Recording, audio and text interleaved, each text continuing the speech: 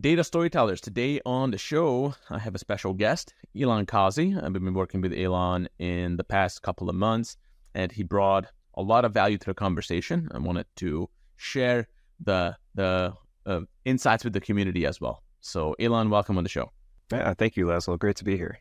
Excellent. So, Ylan, you are actually quite active on LinkedIn. I think a lot of people might have heard of you in this space because you work a lot with data leadership, but can you just give a short introduction into what you do and who you are?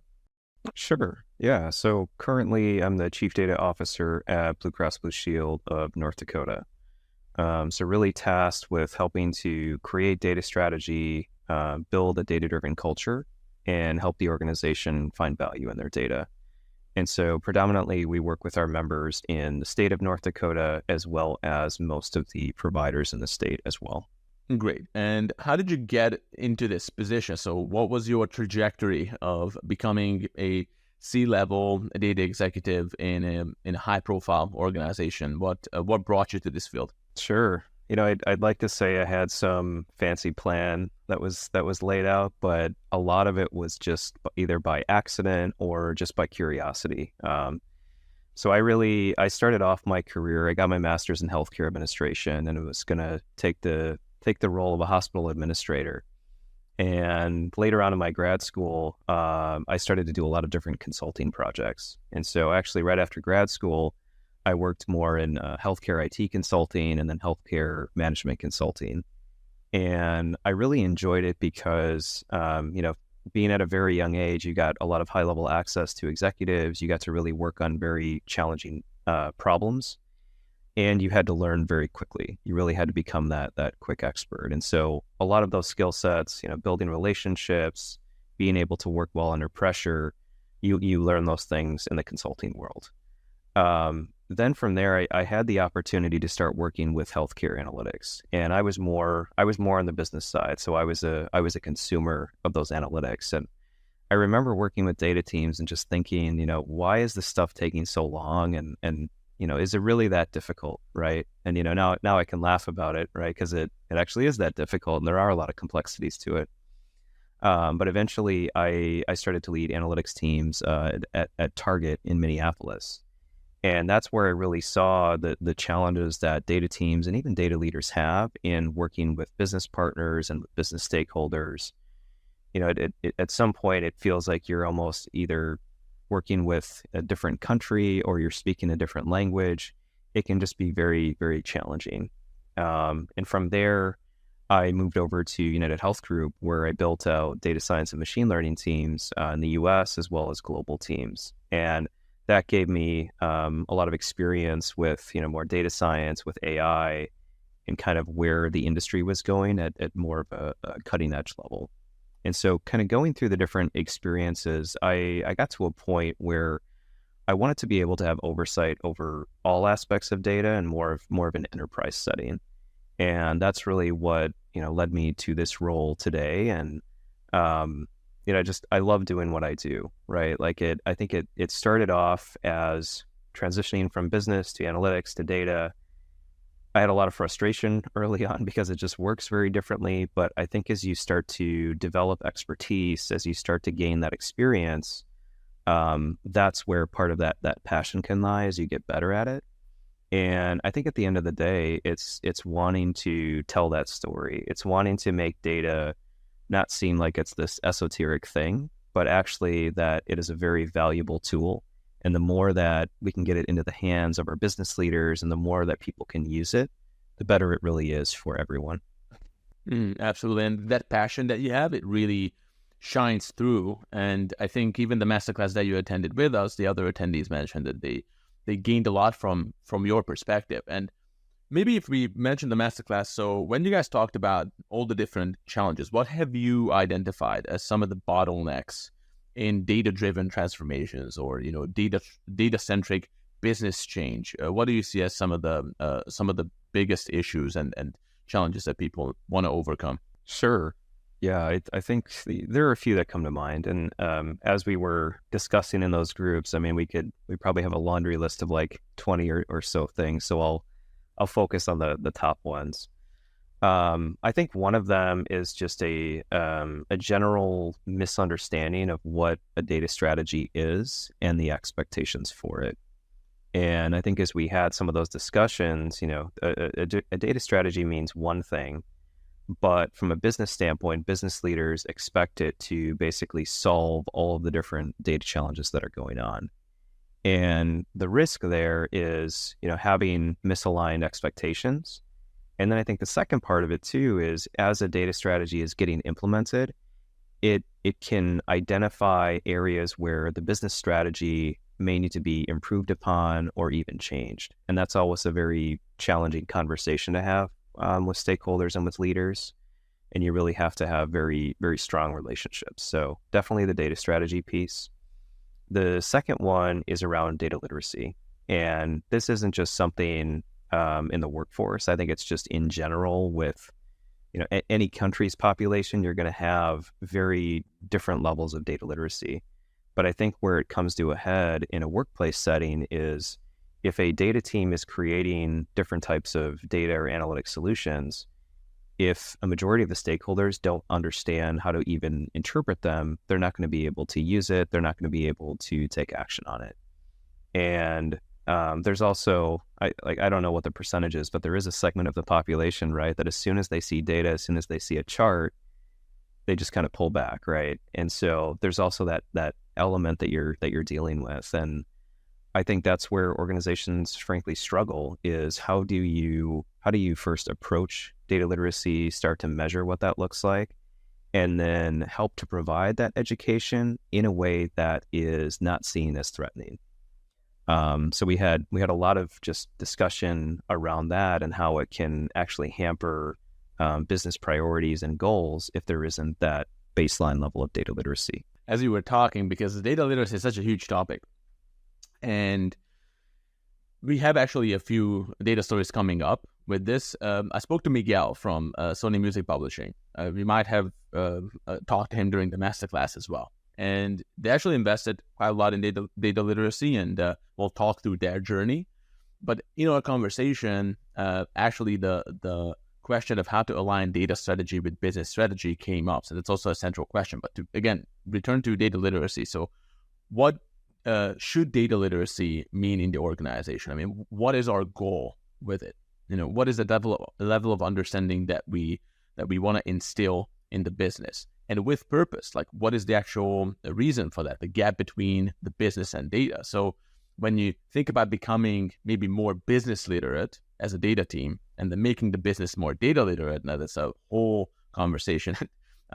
With these data stories, a lot of times we like to identify acronyms. So when you mentioned relationship building, we just recorded one of these data stories with Danielle Gentry from Thermo Fisher Scientific. Again, she attended with you. And her framework of relationship building is called CARE. So communication, and then I'm blanking on the second one, but then there's reach, R, and then E, empathy. And as you were talking about the data literacy, you mentioned approach, measure, and then education in a non-threatening way. And it kind of came together as Amen. So maybe there's like an Amen framework of data literacy there. But yeah, that's super important. I think this is a great segue into our topic today as well. Because when you want to educate the business and you want to communicate data, we always return to this idea of keep it simple. Or even when you are trying to conceptualize your strategy, like how can you make it like so compact and easily understandable that the whole business can embrace it without any kind of holdups, hiccups, friction. So simplification. Can you talk a little bit more about how you arrived at that conclusion that, wait a second, like we need a playbook on simplification in data analytics? Sure. I think originally why it became so important to have that level of simplification, it was really twofold. One of them was just at a very high level where I just don't think that data leaders are given the right training to really be successful in organizations. And And, I kind of contrast that with, let's say if we take a chief information officer role, that role has been around for decades. It's pretty well established. There's a pretty good understanding in most organizations of the KPIs that they're held accountable to and really what their area of oversight is. I think with, chief data officer roles and even things like VP of analytics roles, they're still almost in process of being created. Like they're not necessarily at that final step. And so you have a lot of variability, even organization to organization, of what the oversight is for a chief data officer and what their mandate is. So I would say that was a really big one, wanting to help make data leaders more successful and kind of de-risk the process. And then the second piece is being able to communicate and have stakeholders take action. And the only way to do that is really by simplifying what that message looks like and by connecting it back to what's in it for them. And so if we take that data literacy example, the maybe the old school or the original approach would be, well, we need to improve data literacy rates. So we're going to measure our success by what level of data literacy there is in the organization, how many classes individuals have taken, some of these initial metrics.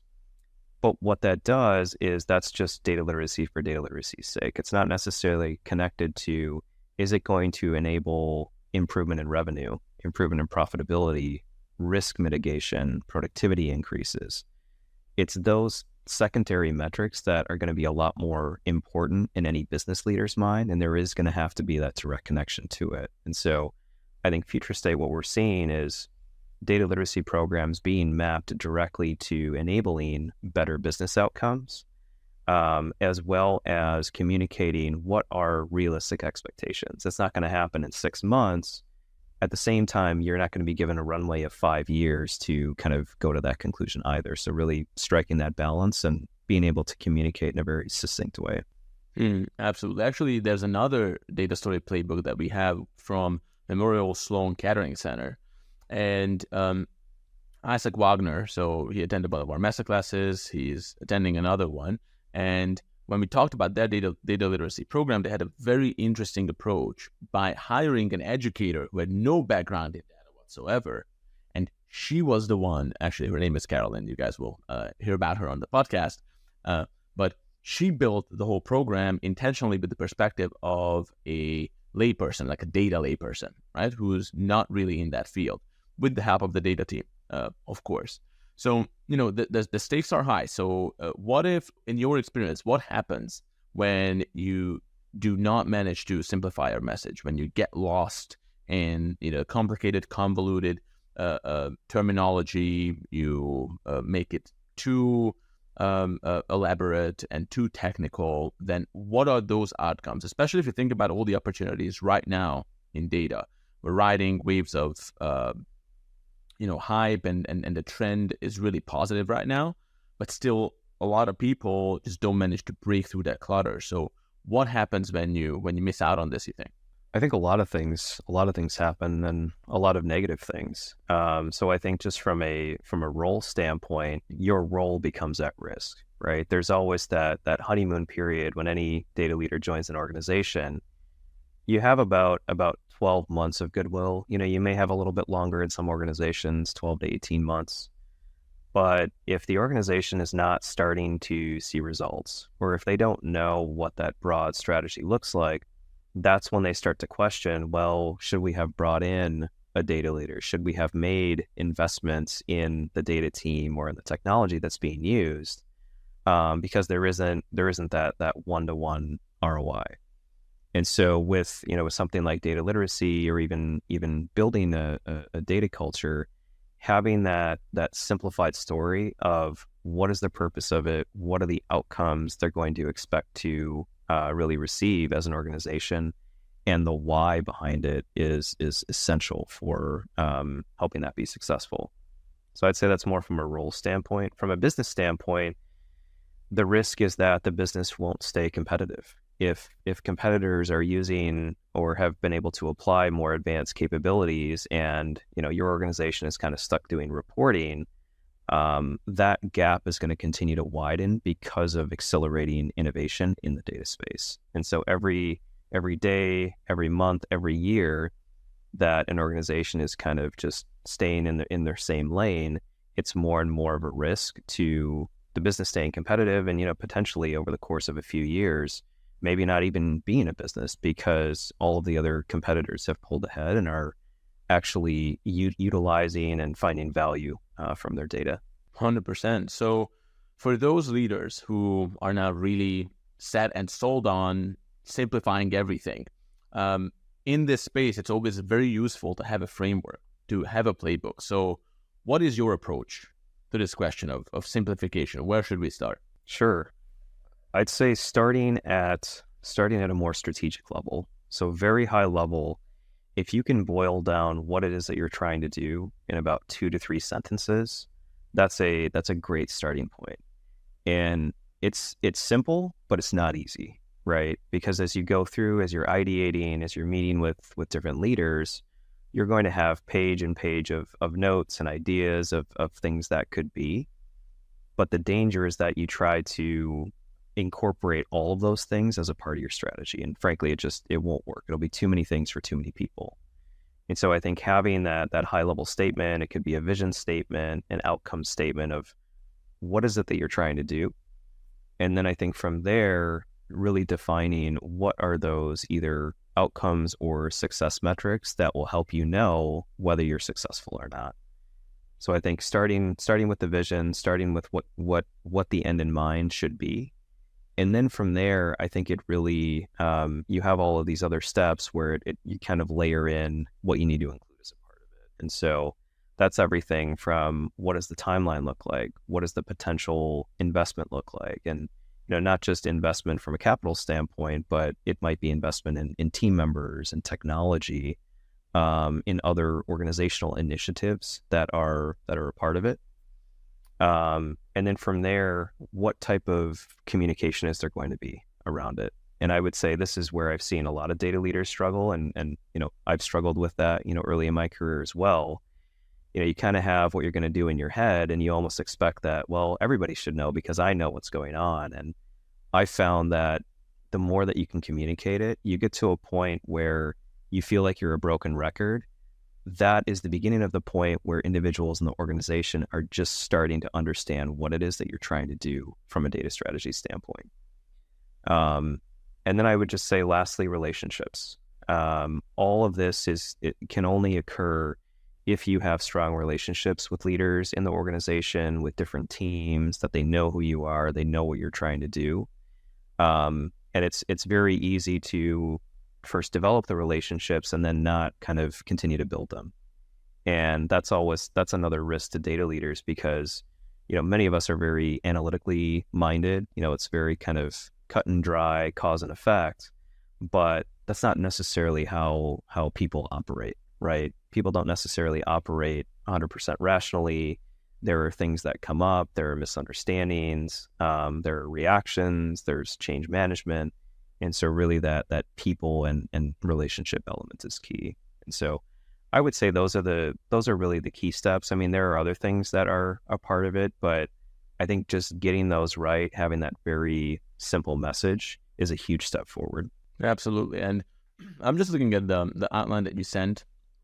So basically, as we go through these steps, I think that you put after understanding the landscape, which we kind of already talked about, the art of simplification, and you kind of put the art of simplification and mastering prioritization as not two competing tracks of this conversation, but two sides of that coin. So as we dive into it, so first of all, when we talk about simplification, so you now talked about simplifying a message, but you also put here, for example, streamlining data processes in terms of data collection, data processing, analysis, and reporting. So what's the significance of simplification and the application of simplification in those areas?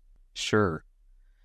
What I found at pretty much every organization that I've been at, there's always an opportunity for optimizing current processes and just simplifying the data that's available. And I think that's a very important step to approach before you go about making that change in the organization. Because otherwise you'll get to a point, you'll have an art of the possible, you'll create a plan, work with the right people, and then discover later on that, well, you may not have to do some of those things if you would have optimized and simplified things like data processes beforehand. I think the other piece of it too is it helps you as a data leader have a better understanding of data within the broader organization. Because as you go through any strategy, you're going to find out things that you never knew about, maybe nobody else knew about in the organization. And so this is a way to help de-risk it while at the same time giving you more of that detailed understanding of how data works in the organization. 100%. And I think you also put here, very much connected to that, the question of governance. So when data leaders think about their own problems, day-to-day problems, and how they articulate it, one side of it is data literacy. People don't really understand or embrace this whole data-driven initiative. And the other is governance, the friction with governance. So what does simplification in governance means for you in this context? Sure. Data governance has just a very negative connotation. I don't know if anyone as they hear data governance, I don't think anyone really thinks, oh, great, data governance. Let's get excited about that. Even data leaders, right? I mean, I'll tell you, I mean, even my perception of data governance, having done it in a lot of different organizations, is, oh, great. Now I'm going to have to lock everything down. People are going to have to put in access requests for literally anything data specific. It's going to be cumbersome. And that view is not without reason, right? Because in many organizations, it is cumbersome. It is very convoluted. It can be opaque.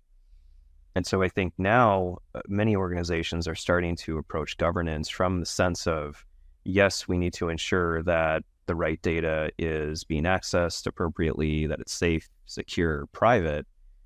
But that doesn't have to mean that you can't innovate with it, that you can't take very calculated risks to create new data products and services. And so I think they're inevitably linked, the innovation side with the security side.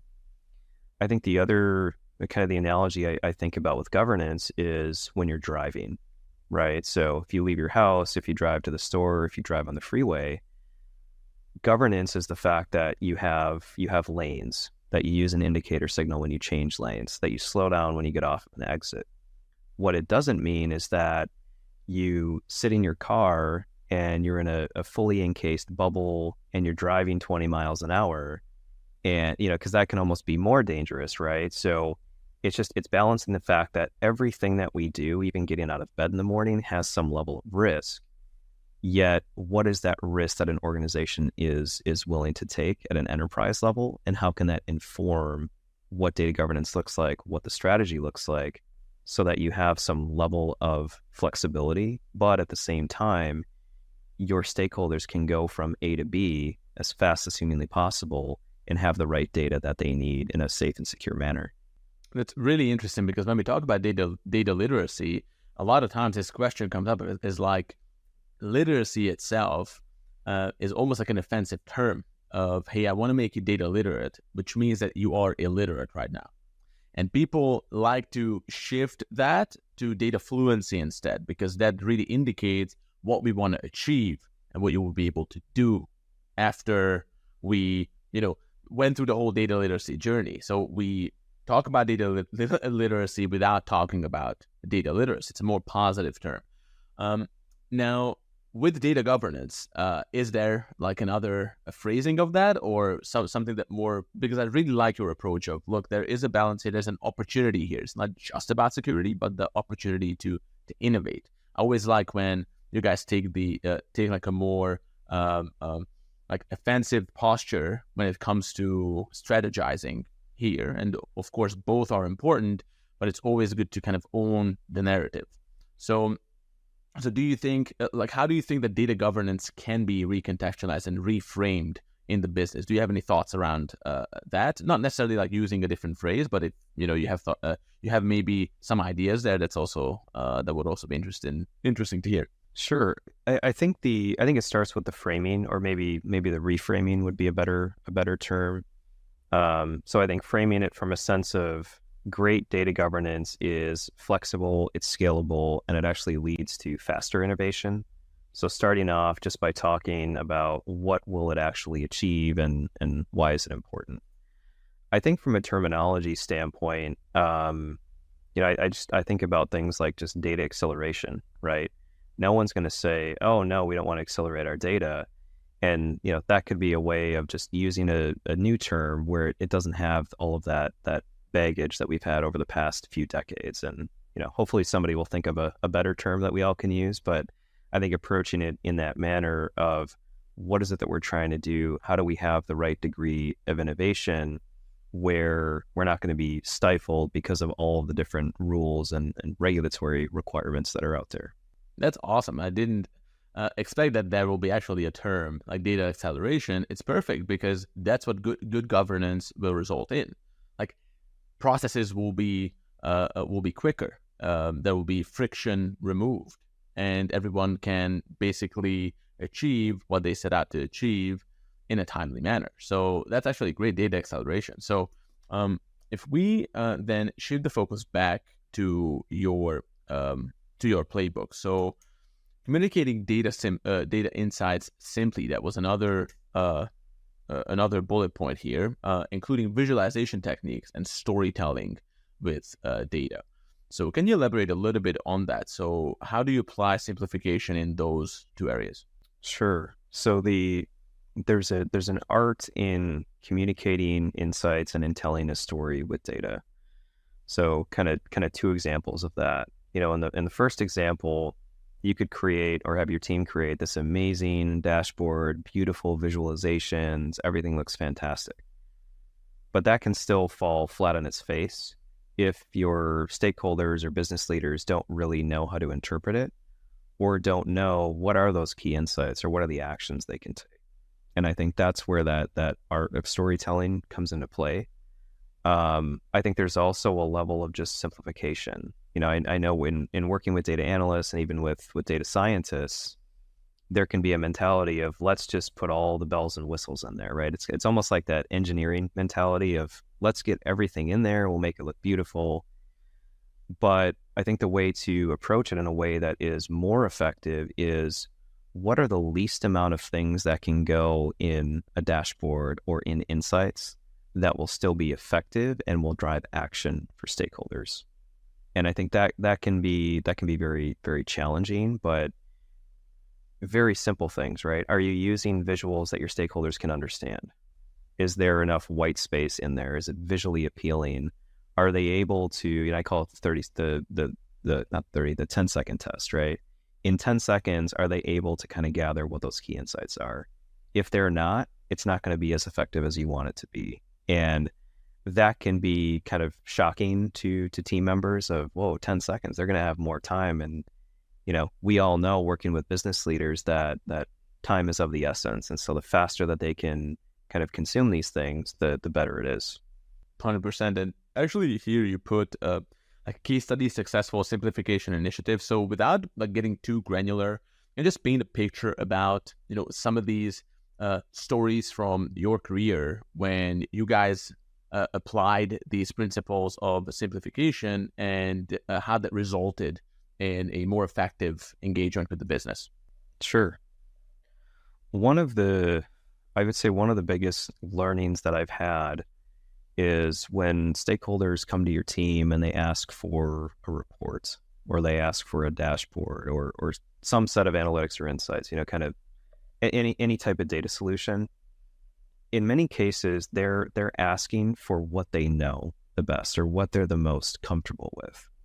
But as you start to ask clarifying questions, as you start to learn more about their business area, you start to understand that they're actually not looking for what they're asking for. What they're looking for is they want to take their top 3 business priorities and they want a data or an analytics solution that's going to help them achieve those priorities faster, more cost effectively, or even in a more productive manner. And so I think that's where, many data leaders can change the conversation of, I want X, Y, and Z report to what is the business question or business goal that you're trying to either answer or achieve? And by having a good understanding of that, then guiding your team to help create the right solution to enable that. So turning it from more of a data exercise to, kind of back to like data acceleration, right? How do you align what you're doing to enable better business outcomes? So that for me has been probably one of the biggest insights that I've gotten over these many years. And it doesn't always go according to plan, right? So in some organizations, asking those questions, it's almost like a slap in the face to business leaders. You're almost questioning like their knowledge of what they know. And I think that's where, again, it comes back to relationships. You're not questioning what they know.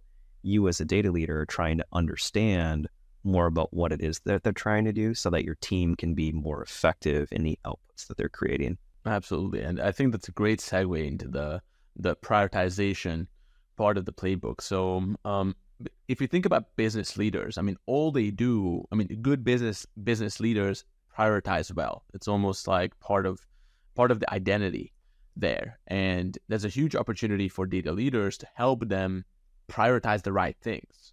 Just that element. So before we dive into that, can you I think you put here both definition and the importance of prioritization in data management. So can you just talk a little bit about that before we dive into the details?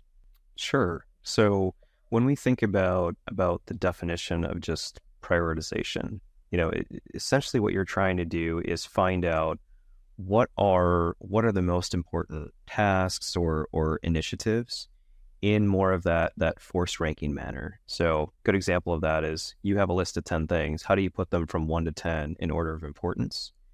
And then by doing that, how does that help you be more effective, not only as a data leader, but even as an organization? If you have the right priorities and you have the right level of focus, you can do fewer things, but you can do them exceptionally well instead of doing 10 things at the same time in more of a mediocre fashion. I think the importance in just data management and even with analytics is business leaders are very good at prioritization. For whatever reason, when it comes to prioritizing things around data, there is this vast disconnect. And I think a part of it is just a lack of understanding of what goes into creating, let's just say, that dashboard. They see a dashboard, they see these visuals, and they think, well, how hard could it really be? And I think we all know, being in the data space, that the visualization and the output is maybe 10% of the work. The 90% of the work is actually sourcing the data, validating it, having high quality, ensuring that there's a high degree of confidence. And so I see that a lot. There can be this mentality of a business leader thinks that a data team has near unlimited resources, and it's like, well, what could one more priority be? How hard could it be?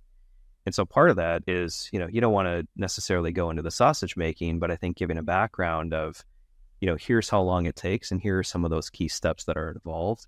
That can be an aha moment for a business leader. They may have not had any idea of the work effort that goes into it.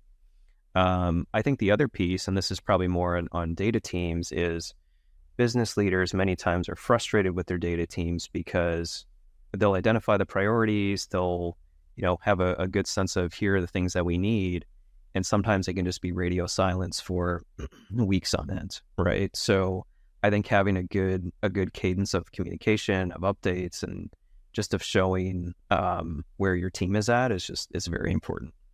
Absolutely. And with aligning data initiatives with business goals, so you put here understanding business objectives and identifying these high impact data projects. So how do you do that? It also, I imagine that this involves your team. So how to identify these right projects to invest in and pursue. What are the keys there to prioritize the right way? Sure. So from a business setting, ideally it would go back to, I would say, just a few key data points, right? So from a revenue standpoint, if the data or analytics solution is going to either directly or indirectly drive revenue, that's going to be very key. So that will be a key prioritization point. I think the second one will be around profitability, which, as a data team, that can be more challenging because many times it's indirect. But if there still can be that connection, that's an important factor. The third one is around any type of, we'll call it cost savings or productivity increases. That's what we find a lot of our work we can tie to. So that's very important. And then any type of, we'll call it risk mitigation or even reputation management.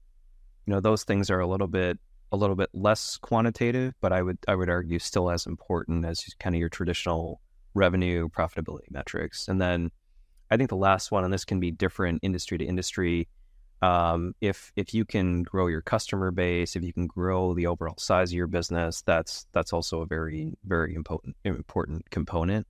And then kind of the flip side of that is if you can retain that base or retain your customers. So I would say those are the key criteria that I think about. And once you put it in more of that framework, then there's less of a risk that a data team is going to be seen as playing favorites to certain divisions or, in working with people that they know better. You're able to have more of that objective prioritization that you can share very transparently and show that, we picked initiative A over initiative B because it provides more value in these key areas, and will just be more valuable to the overall business.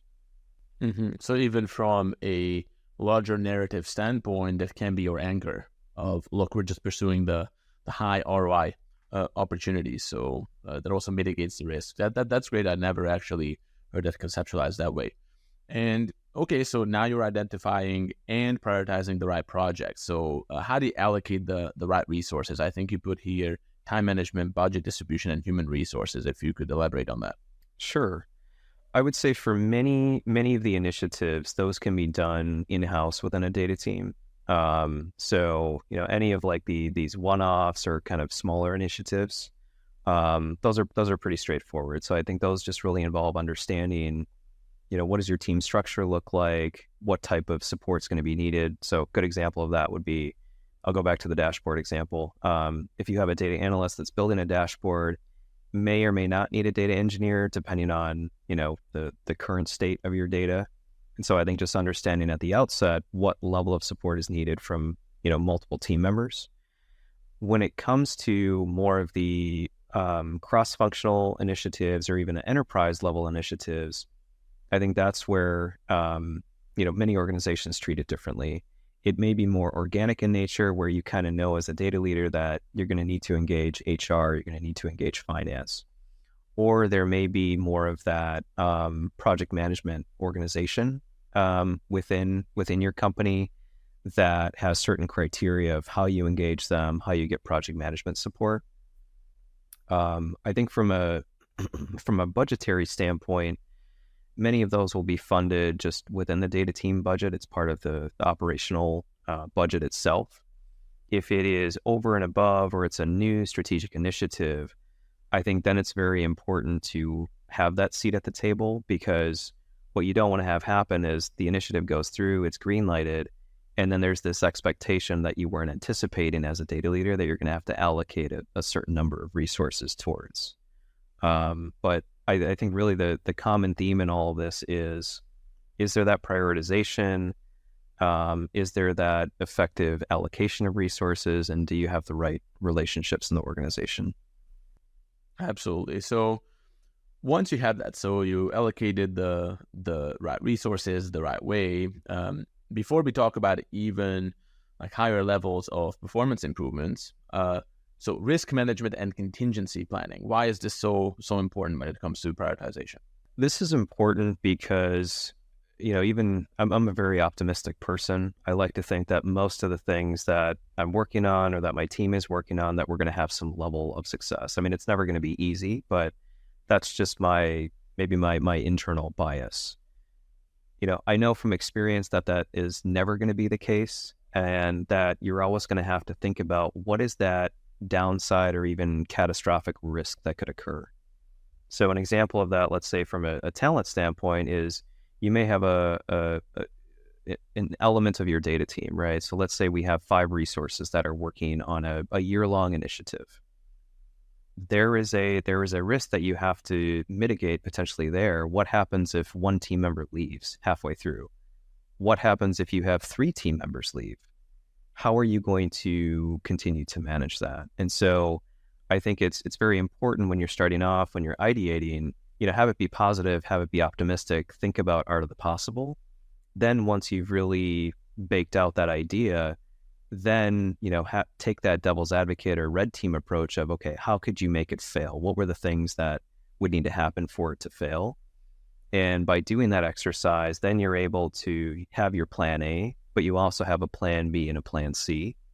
And you can also share that with many of the business leaders or stakeholders involved, because they're going to want to know, okay, ideal state, here's what it will look like, but what if something doesn't go according to plan? What are you going to do in that situation? Because sometimes those deadlines are pretty set in stone and it's kind of irrelevant what goes on.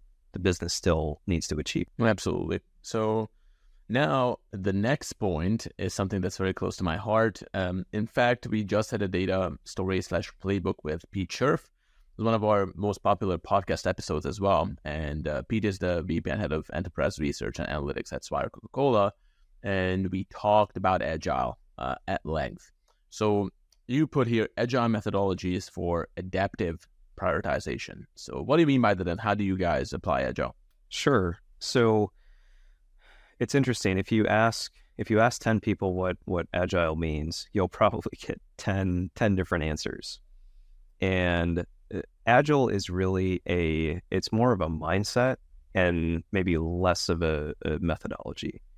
And so I think just having that mindset of, being iterative, being more customer focused, I think is very, very important. I think where it plays into the prioritization process is that you can have more, let's call it real-time prioritization, where you're not waiting weeks or even months if certain things in the business have changed, right? If the business environment has changed and you need to pivot, you don't want to be working on the same thing for 6 months and then find it out later, because then you've wasted a lot of time. And so I think using things like sprints, whether they're 2-week, 3-week, 4-week sprints, that's very helpful, because you're working hand in hand with your business leader or with your stakeholders, and they'll also be able to keep you updated on maybe things have changed, maybe priorities at an organizational level have been recalibrated. And that helps you as a data leader more effectively allocate your resources in a more real-time manner to meet the needs of the business. So how do you guys use sprints in any way? Because they're 100% correct. Everyone uses Agile differently. The application needs to be Agile as well, which means that every organization will be different. But how does that look like for you guys, the sprint approach? Sure. So, I would say for us, we use 2-week sprints. And this is something that we really instituted a few months ago. And so we're not yet quite to the point where everything is being done according to Agile. But I think where it's been important was just starting it and showing the value of it. I think that, we also many times underestimate what is the impact on the business leaders that we're working with or the stakeholders that we're working with, because I think in a traditional mindset, every project has a beginning, a middle, and an end. And there's a certain timeline, there's a certain set of deliveries. When you shift to Agile, sometimes the pushback that you'll get is, okay, when am I going to get X, Y, and Z? And you can't necessarily answer that as easily in this new methodology. But I think how I've communicated that is when you think about your iPhone and the apps that you have, you're constantly having new releases, new updates. That's really the state of the world. And I think having that same understanding of data initiatives is a very good way of helping to bridge that communication gap and understanding. And at the end of the day, show your stakeholders that by using Agile, you're being more responsive to the business itself, and you're able to iterate and design much faster than taking more of that big bang approach. Absolutely. And then when you implement Agile, what are some of the main pitfalls when you want to make sure that it gains traction? I know that sometimes it's, as you said, it's just getting started and then creating that escape velocity when now we are actually operating in an Agile way, and then it becomes like something like a seed that will then grow organically. So what are some of the pitfalls of actually making sure that it does gain traction in the team even? I think one of the biggest pitfalls that I've seen is not having the right level of education or understanding of what Agile is. So I was part of an organization many years ago that was starting to do Agile with their teams. And it was kind of just rolled out one day, and the expectation was, okay, everyone's going to use Agile. But there wasn't that adequate training. There was a lot of fear around, okay, how do I do this as a data analyst? I've never been introduced to it before. So I think having the right level of education, having an understanding of what it is the organization is trying to do, like why are they moving to Agile versus more traditional methodologies? There has to be that value proposition. And then I think, if you're the only team that is doing Agile and the rest of the organization is using a different methodology, that's going to be very difficult just from a culture standpoint. And so when I've seen Agile work very well, it's been done at the highest organizational level and done consistently across teams. It hasn't been where, one or two teams are just using it and then everybody else kind of defaults to the old way of doing things. Mm-hmm. Absolutely. And okay, now that we shift from prioritization to the balance of simplification and prioritization. So you put here navigating the trade-offs, and maybe let's talk about that first. So what are the trade-offs when you think about simplification versus prioritization? Is there a real tension there? What do you think? I think there's always some level of tension between the two because, as you're thinking about simplification, your goal is to get to kind of the fewest things that will be the most impactful for an organization. However, when it comes to prioritizing it, there are always times where you're just going to be unaware of certain information that you may find out at a later point. And so any time I've gone about doing that prioritization process, my first kind of pass at it always looks different than the final pass. And I think as you join an organization, as you get up to speed, as you become more experienced within the organization, that becomes a lot easier because you know more.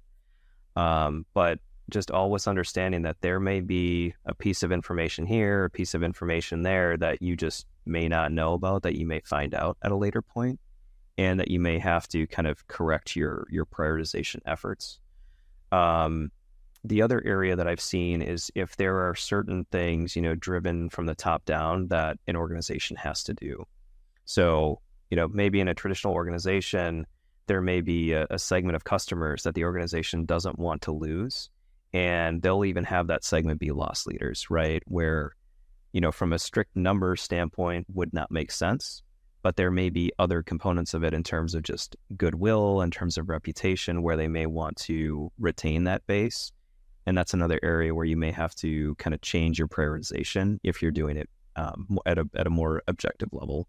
And what are some of those frameworks and approaches that allows this balanced decision making when you're thinking about this question? And maybe we can pull this together with the next point of building that culture that values simplicity and focus. I think really having that ownership type of culture. So, if you were the CEO of your company, how would you operate differently? And I think once you think about it from that standpoint, you may start to make changes in what you do individually as a leader in the organization. But I think everyone starts to really think about, are we doing what is best and what is in the best interest of the organization? And I think this becomes very important when you may have competing priorities within or between certain divisions. And the risk is that if you don't have that ownership mentality, then it's those divisions having that conflict and not wanting to yield to one another, kind of thinking about it just from their own divisional standpoint. If you do have that ownership mentality, then it's those divisions thinking about what is actually best for the organization and how can I have my team go about supporting that. Absolutely. So now that we covered balancing simplification and prioritization, so the next point is leading change in data management. So how do you go about this? How do you create the right vision and how do you set the right goals? If someone now kind of has the tools laid out and they want to really drive change in that direction, then how do you build that vision and how do you set those goals? Yeah, so change management, this has to be one of the most important aspects of building a data-driven culture. And I will say in pretty much every role that I've been, no matter how much time or effort is put into change management, I feel like I always still just underestimate the lift that's involved and the cross-functional team that is needed to make this a success. And I share that because all of building a data-driven culture is really around change management. You're trying to change habits, behaviors, norms that have been created over years or even decades. You can't expect that that's going to change overnight or even over the course of a year. But I think where change management really comes into play is, if you've used change management methodologies on your own, or even better, if you can engage, let's say, a development or a change management team within your broader organization, there are ways to accelerate it. So I think one of them, it gets back to just what is the vision? Why is an organization, why do they want to move to a data-driven culture? And if you say that, well, you want to do machine learning or you want to do AI, that's going to fall flat on its face. That doesn't really help, your employees. If you kind of frame it differently, though, and talk about it's going to save them time, it's going to really make their overall employee experience more seamless, they're going to get access to what it is they need, then you're starting to think about the benefit to each individual employee. And then they can also start to see that, there are going to be these tangible benefits to what I do. I'm going to be more likely to support that now that I fully understand what it is that the data team or the organization is trying to do. And then I think the other piece of change management is you have to be a leader with a high degree of confidence, as well as a high degree of humility, because your original plan that you may have, literally the best thing that you can do is share it with as many people as possible once you have your draft of it. Because if people feel like they have a say in it and they're able to give their feedback, you don't necessarily have to, change everything from scratch. But I think just showing that you're willing to listen to feedback, you're willing to pivot when needed, it really goes a long way. And if people feel like they're a part of something, they're going to be a lot more likely to support it versus if they feel like this is just being driven from the top down and they're going to have to fall in line, you're actually going to get a lot more resistance. Yes, and this whole idea, again, of ownership, not only that you won't experience that much resistance, everyone will bring so much more value into the initiative because they are deeply engaged with it. So maybe that brings us to the next point of building and leading effective data teams. So what are your pillars of doing that to make sure that your team is ready for the job? Sure. I would say a lot of these they're not quite intangible, but they're more qualitative in nature. And so just very simple things. We'll take curiosity. Curiosity is very difficult to train or coach into someone. They either kind of have it or they don't.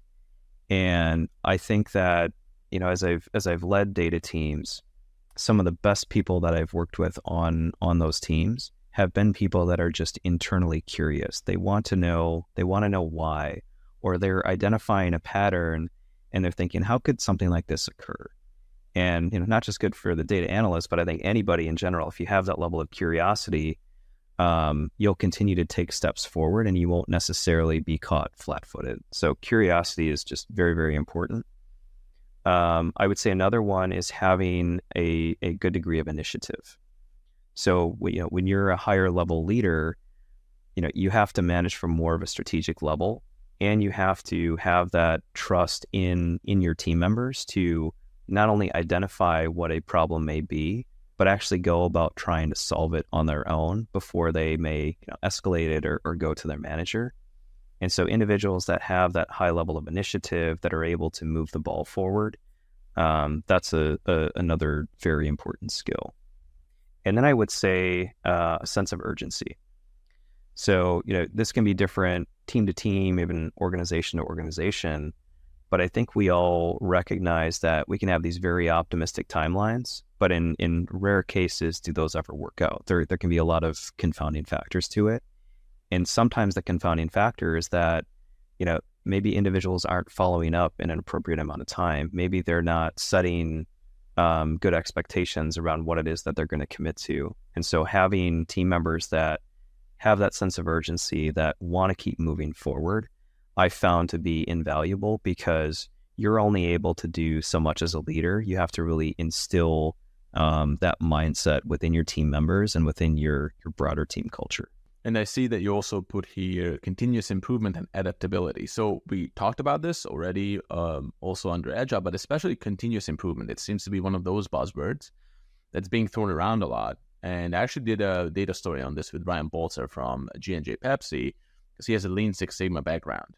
And it was an amazing data story, really unpacking continuous improvement. But why is that concept so important, and how do you bring it to life in the team, this idea of continuous improvement? Sure. This kind of goes a little bit hand in hand with both team development and even change management. And so if you look in the past, things did not change as frequently as they do today.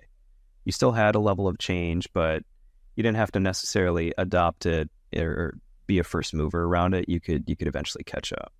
I think what we're seeing now, and especially in the data space, is that let's say if you are a data scientist, if you're doing the same thing today, 3 years from now, it's going to be very difficult for you to be successful. And so there's an element of, if you want to be successful in your role, being able to continually develop, learn new techniques, new traits, continue to build and grow upon your skills is very important. So I think that's more of that individual element, kind of the what's in it for me.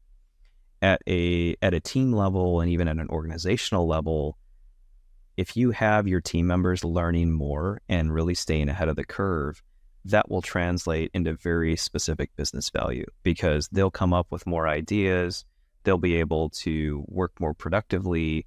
They'll also be able to inform leaders in the organization of what are they seeing from an industry standpoint. And then I think, we really have to bring up generative AI, right? Like, this is an area where 6 months ago, nobody was talking about it. And then all of a sudden, right, ChatGPT gets 100 million users in about 2 months, and everyone's talking about it. Then you have all these other solutions that have come about.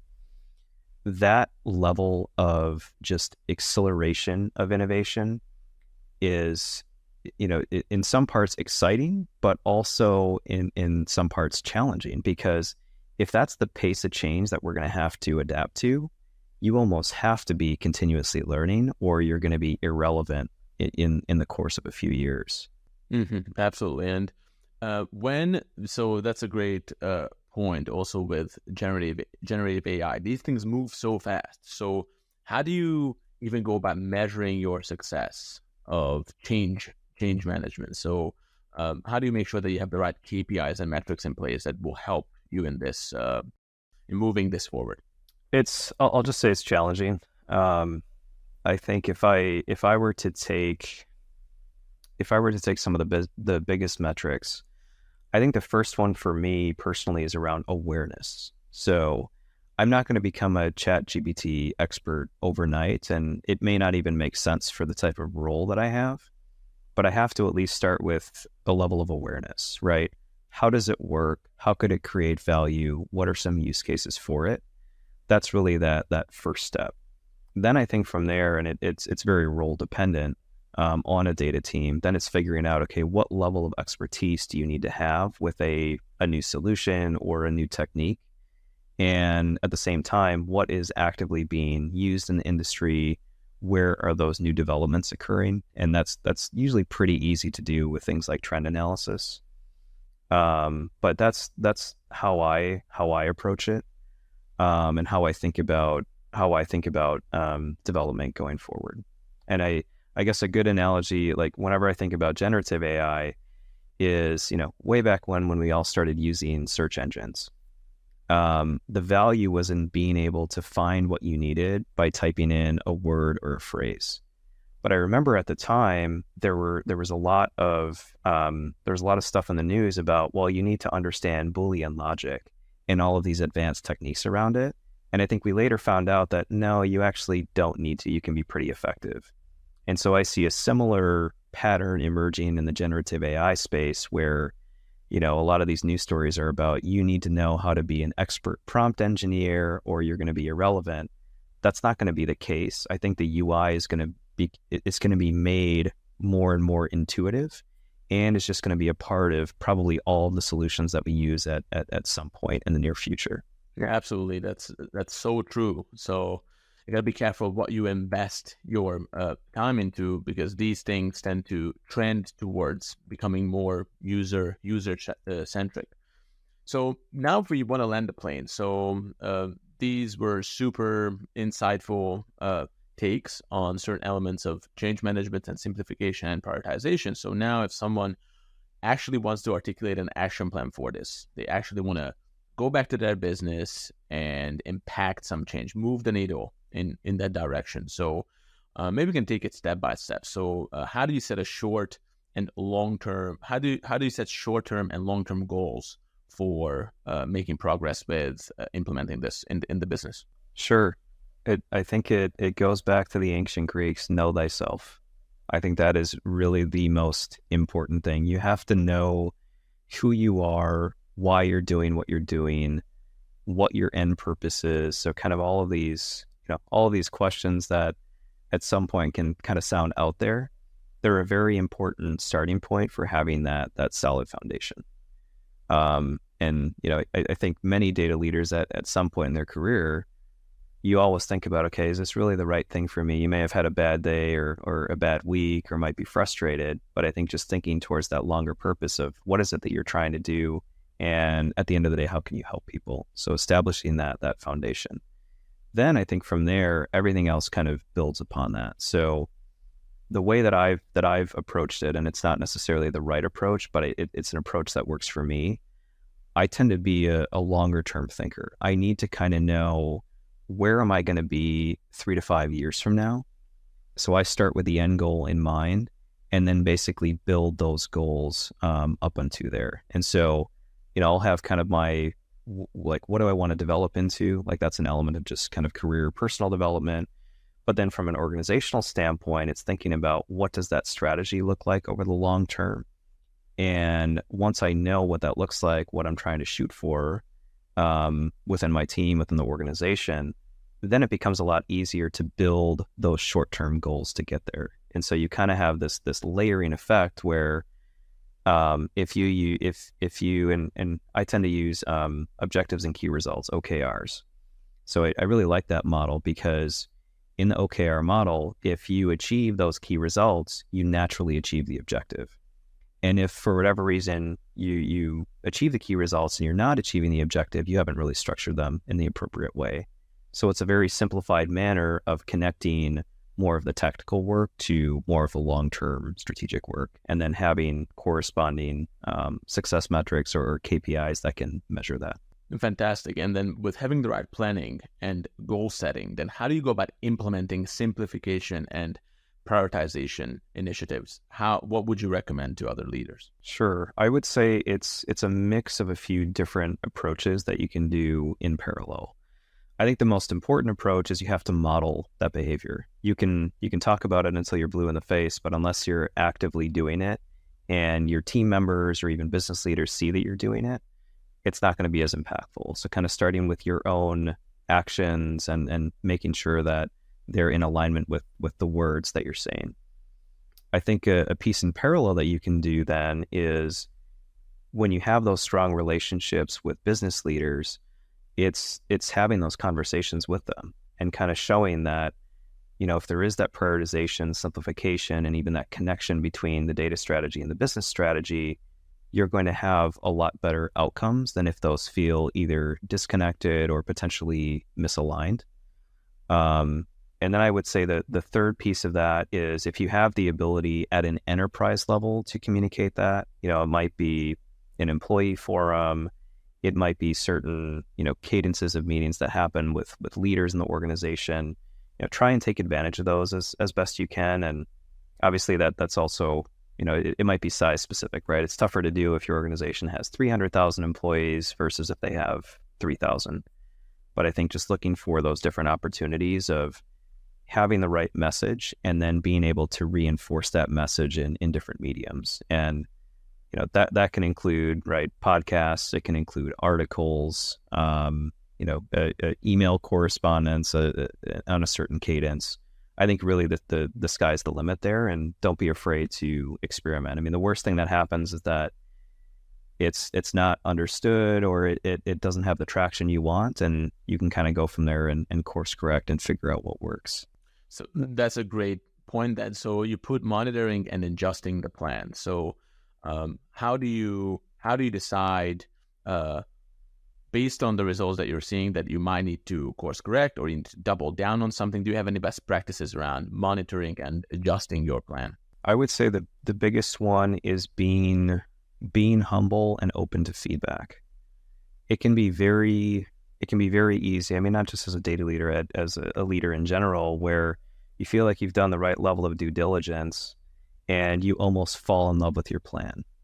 And that is probably the worst possible thing you can do, because you know that plan is going to change. If you fall in love with it, then anytime somebody gives you feedback, particularly if it's constructive, you almost take that feedback personally.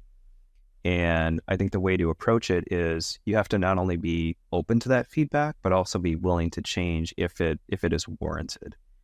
And by doing that, you're not only showing yourself that, you're able to take feedback and change for the better, you're showing your team that, you're showing the organization that, and you're also showing that you're flexible, you're adaptable, and, you can change as needed. If it is going to be more effective and more impactful. And I know, just thinking about some of the mentors that I've had, some of the best leaders that I've worked for, they have been those leaders where they're not just open to feedback, but they're also open to saying, you know what, I don't exactly know the right answer. I may have to look into that, or I may have to bring in experts from the team to help me with that.